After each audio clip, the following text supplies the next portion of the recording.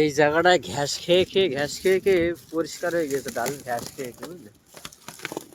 আমরা কোনে বসে রয়েছি।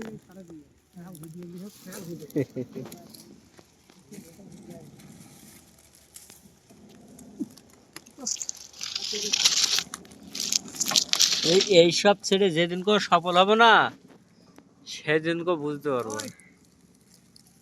সেদিনকে আমার মাসে করোড় করোড় টাকা ইনকাম হবে।